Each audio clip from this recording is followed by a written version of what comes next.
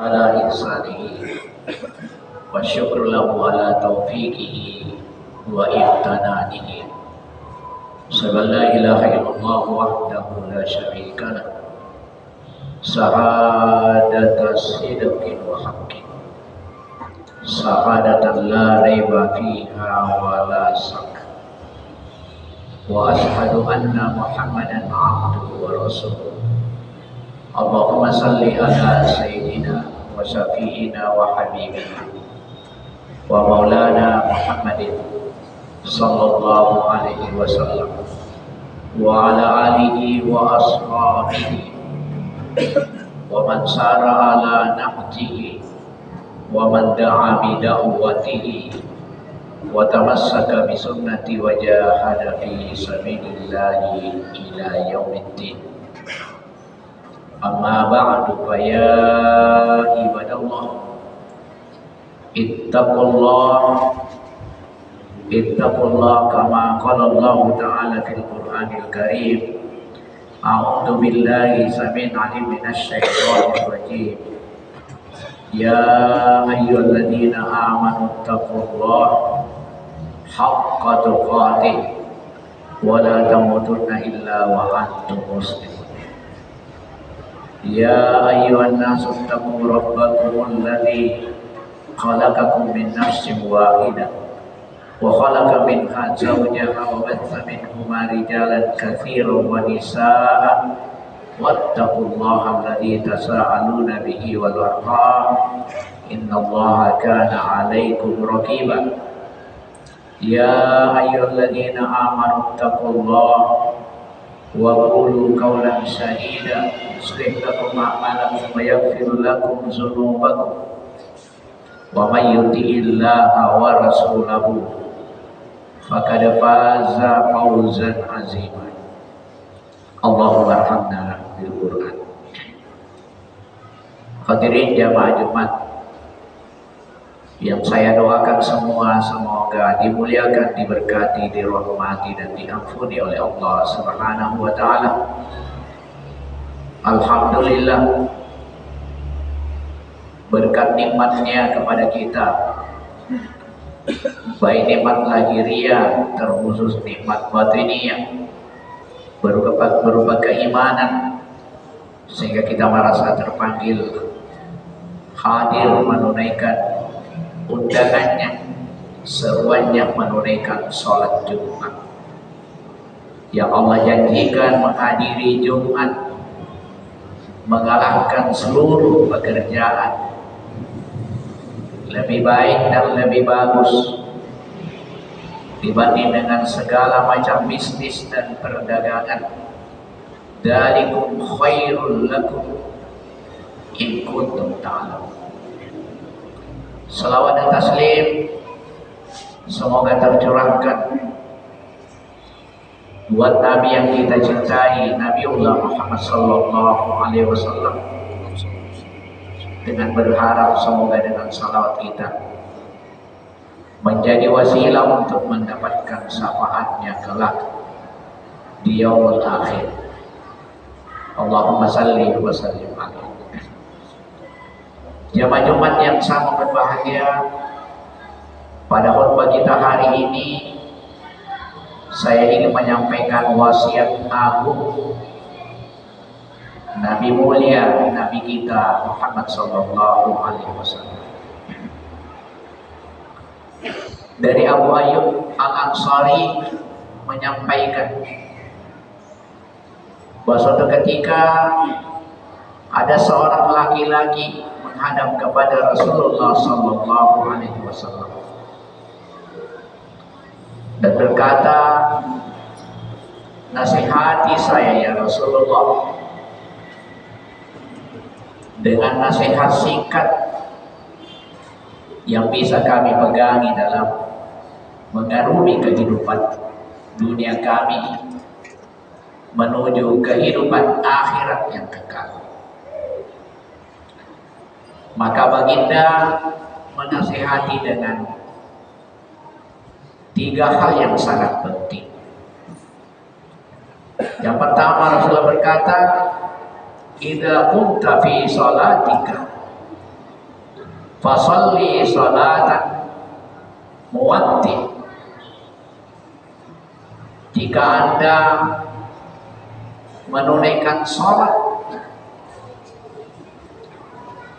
maka pastikan sangkaanmu adalah sholat untuk berpisah dengan dunia ini.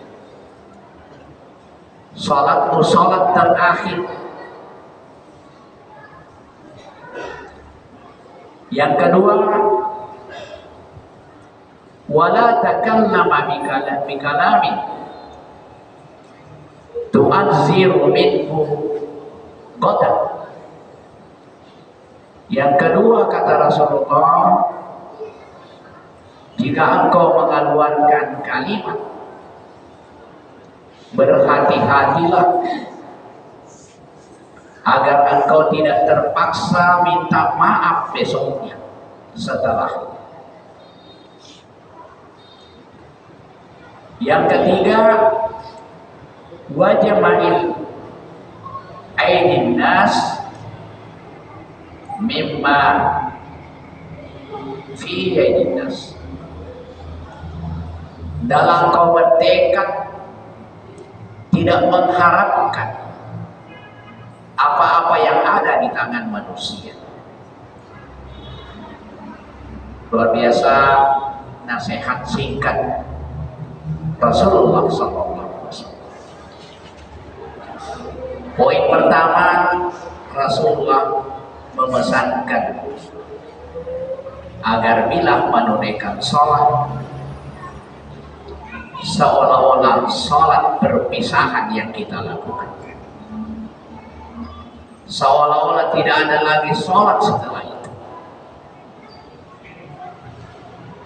Ini substansinya adalah agar setiap orang menunaikan sholat bersungguh-sungguh menunaikan sholatnya dengan baik, bersungguh-sungguh berusaha khusyuk dalam sholat.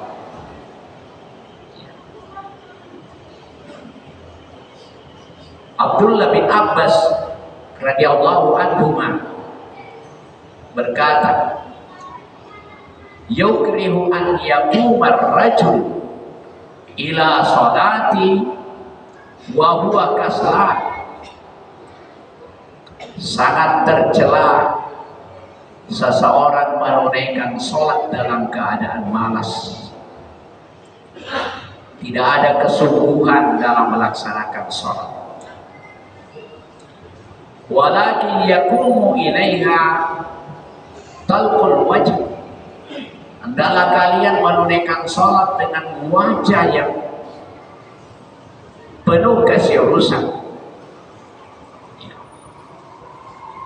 dan ada berrabah, penuh harapan,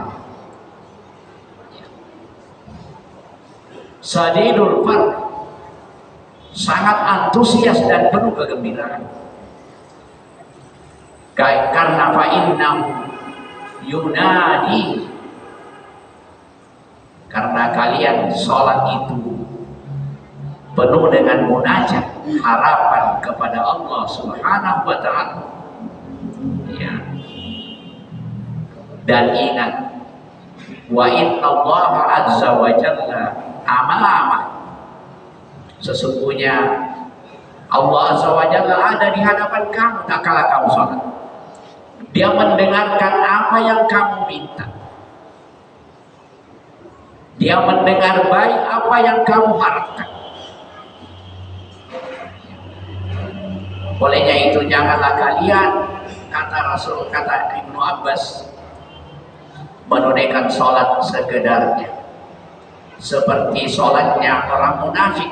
Kamu kusala, dia berdiri sholat dalam keadaan lemah, tidak punya semangat, tidak punya antusias, lalai dalam sholatnya.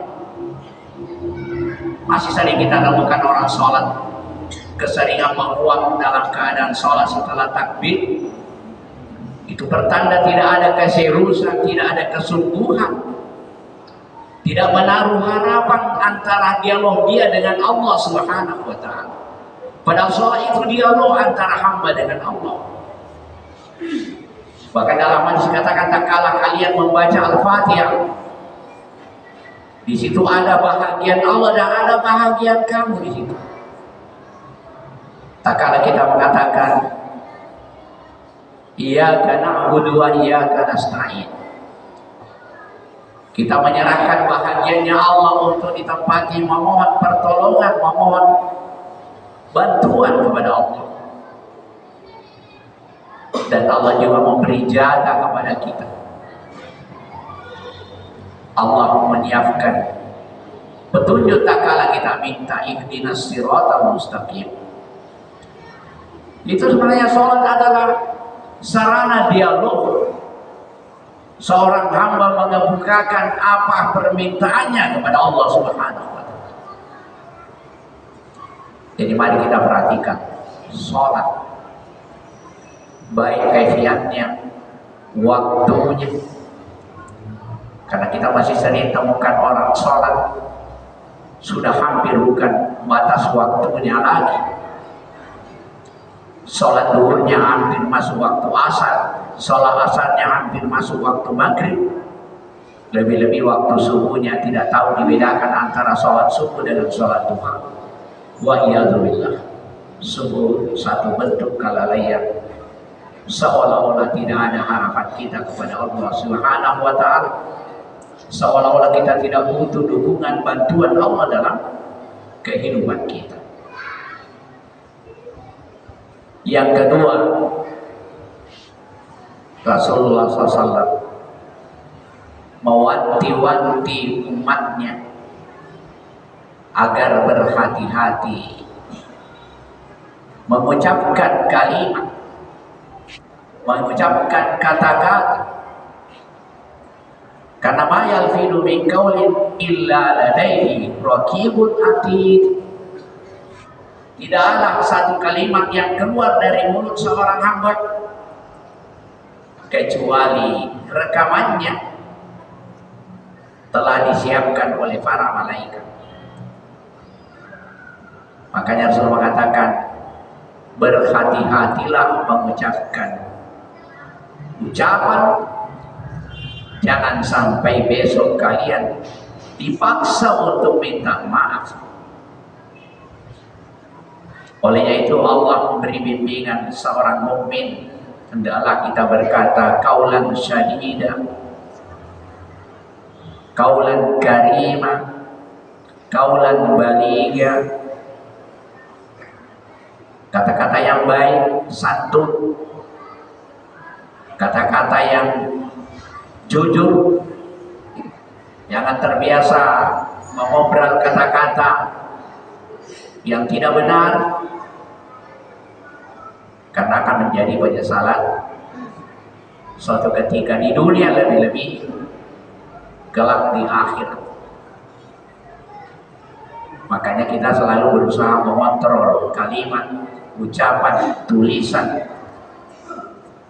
semoga tidak menjadi penyesalan di dunia, demikian juga penyesalan di akhirat. Makanya kata Rasulullah, falyakul khairan aw liyasmut, katakanlah yang baik-baik. Kalau tidak mampu memproduksi kalimat-kalimat yang baik, yang jujur, maka pilihlah diam. Jauh lebih bagus diam daripada memproduksi, memformulasi kalimat-kalimat yang tidak memberi manfaat baik pada diri kita, lebih-lebih pada orang lain. Yang ketiga, pesan Rasulullah agar kita hidup qanaah, yaitu mensyukuri pemberian Allah dan tidak suka membanding-bandingkan nikmat yang Allah berikan kepada kita dengan nikmat yang Allah berikan kepada orang lain. Karena semua nikmat ada pertanggungjawabannya. Kalau kita diberi nikmat yang sedikit, boleh jadi Allah mau selamatkan kita. Belum tentu orang yang diberi nikmat besar dimuliakan oleh Allah dibanding dengan orang yang diberi nikmat yang biasa-biasa. Kelirulah orang yang selalu memandang mulia tidaknya orang dengan hitungan materi. Andaikan itu yang berlaku, maka kita sepakat yang paling mulia itu adalah Qarun. Demikian juga posisi jabatan. Belum tentu yang diberi posisi tinggi itu mulia. Karena andaikan jabatan menentukan mulia tidaknya orang, maka kita sepakat bahwa Fir'aun lah yang paling mulia. Ternyata tidak juga seperti itu. Semua itu adalah bahagian daripada ujian. Wa nabluukum bil khairi wasyarr. Allah menguji kamu dengan kebaikan maupun kejelekan. Semua ujian. Berbahagialah orang yang diberi nikmat, semakin dekat dengan Allah Subhanahu wa taala. Karena kullu nikmatin la yatakarraba ila azza wa jalla fa hiya baliyatun. Setiap nikmat yang tidak memberi dampak lebih dekat kepada Allah, maka itu adalah musibah, bukan nikmat. Makanya selalu kita introspeksi diri.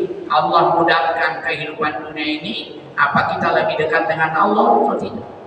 Semakin banyak rezeki, semakin bagus sholat kita atau tidak? Semakin diberi fasilitas dunia, apa semakin tepat waktu sholatnya atau tidak? Itu diukur. Kita masing-masing yang akan menilai diri kita. Bertambah rezeki, bertambah dekat dengan Allah atau semakin jauh? Diberi fasilitas hidup dunia yang memadai, apa semakin tepat waktu sholatnya? Apa kendaraan-kendaraan fasilitas dunia yang Allah berikan kita lebih dekat dengan mudah kita jangkau sholat jamaah atau tidak?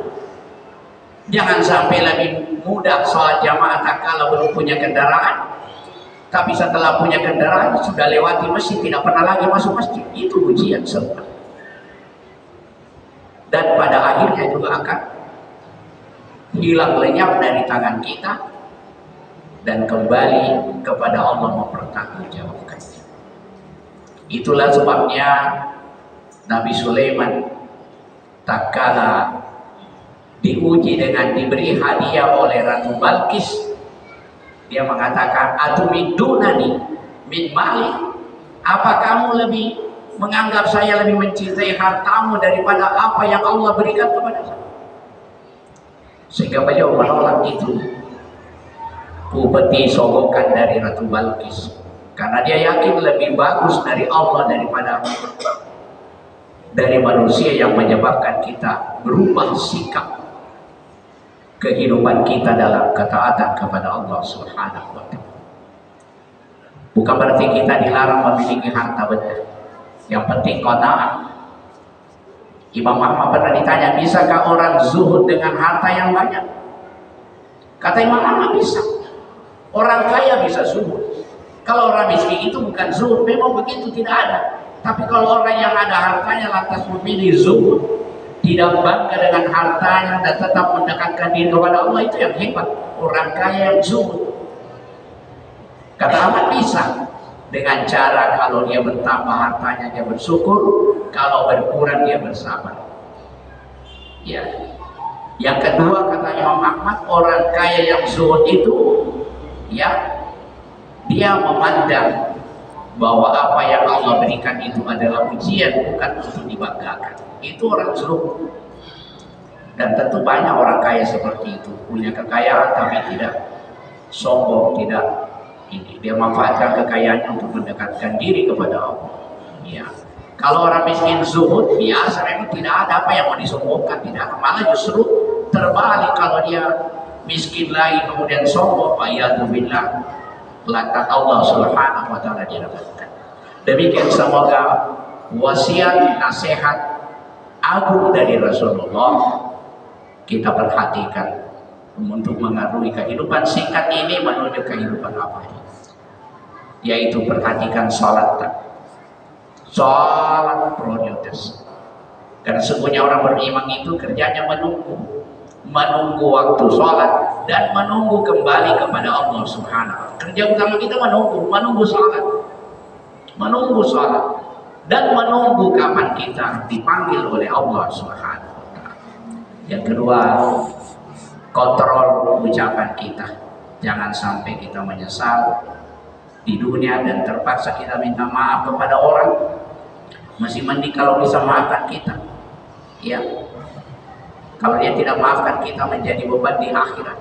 Bukan gak ada orang membawa pahala haji, pahala zakat, pahala puasa, seguru, pahala sholat, tetapi banyak ucapannya yang melukai perasaan orang, sehingga pahala sholatnya, pahala hajinya, pahala puasanya, pahala zakatnya habis menutupi kesalahannya terhadap orang, dan masih ada utang kesalahannya, terpaksa dosa orang yang disakiti dibebankan kepadanya. Itu adalah muflis, orang lalu.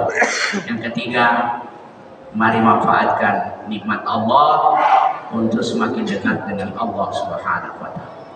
Demikian jalan ya Allah wa iyyakum minal amilin al faizin wa dakhalani wal jannati wan na'imil muqim. Aqulu qouli hadza wa astaghfirullah li wa lakum wa li sa'iril muslimina wal muslimat fa ya fawzal mustaghfirin wa ya najatat taibin.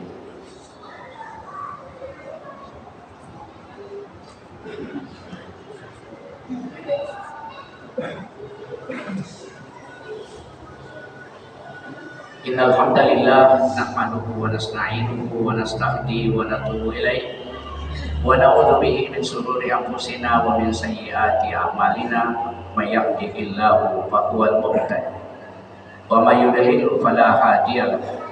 Asyhadu an la ilaha illallah wahdahu la syarika lahu wa asyhadu anna Muhammadan 'abduhu wa rasuluh. Allahumma salli ala nabiyyina Muhammadin sallallahu alaihi wasallam wa ala alihi wa sahbihi wa sallam. Amma ba'du fa ya ibadallah, usikum wa iyaya bi nafsi wa bi taqwallah, faqad fazal muttaqun. Jamaah-jamaah yang sangat berbahagia, mari kita sempurnakan dengan doa kepada Allah Subhanahu wa Ta'ala, dengan penuh harapan dan keyakinan bahwasanya doa kita akan diijabah, dikabulkan oleh Allah Subhanahu wa Ta'ala. Alhamdulillahirabbil alamin, wassalatu wassalamu ala asyrafil anbiya'i wal mursalin nabiyina Muhammadin sallallahu alaihi wasallam. Allahumma shalli wa sallim ala nabiyyina Muhammadin kama qala Allah ta'ala fil Qur'an karim, innallaha malaikatahu yusalluna 'alan nabi ya ayyuhalladzina amanu shallu 'alaihi wa sallimu taslima. Allahumma inna nas'aluka al-huda wat-tuqa wal-afafa wal-ghina. Allahumma inna nas'aluka imanan kamilan wa yaqinan shadiqan wa niyatan khalisah wa amalan mutaqabbalan. Allahumma aslih lana dinana alladhi huwa ismatu amrina wa aslih lana dunyana allati fiha ma'ashuna wa aslih lana akhiratan allati hiya ma'aduna waj'alil hayata ziyadatan lana fi kulli khair waj'alil mauta rahatan lana min kulli syarr. Allahumma qsim lana min khashyatika ma tahulu bihi bainana wa baina ma'siyatik wa min ta'atika ma tuballighuna bihi jannatak wa min al-yaqini ma tuhawwinu bihi alaina masa'ibad dunya.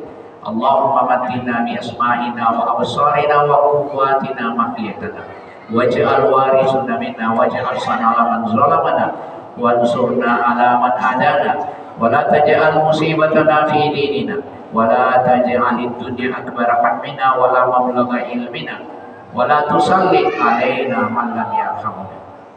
Allahumma ighfir lil muslimina wal muslimat wal mu'minina wal mu'minat al-ahya'i min wal amwat innaka sami'un qaribun mujibud da'wat wa yaqul. Rabbana atina fid dunya hasanah wa fil akhirati hasanah wa qina adzabannar.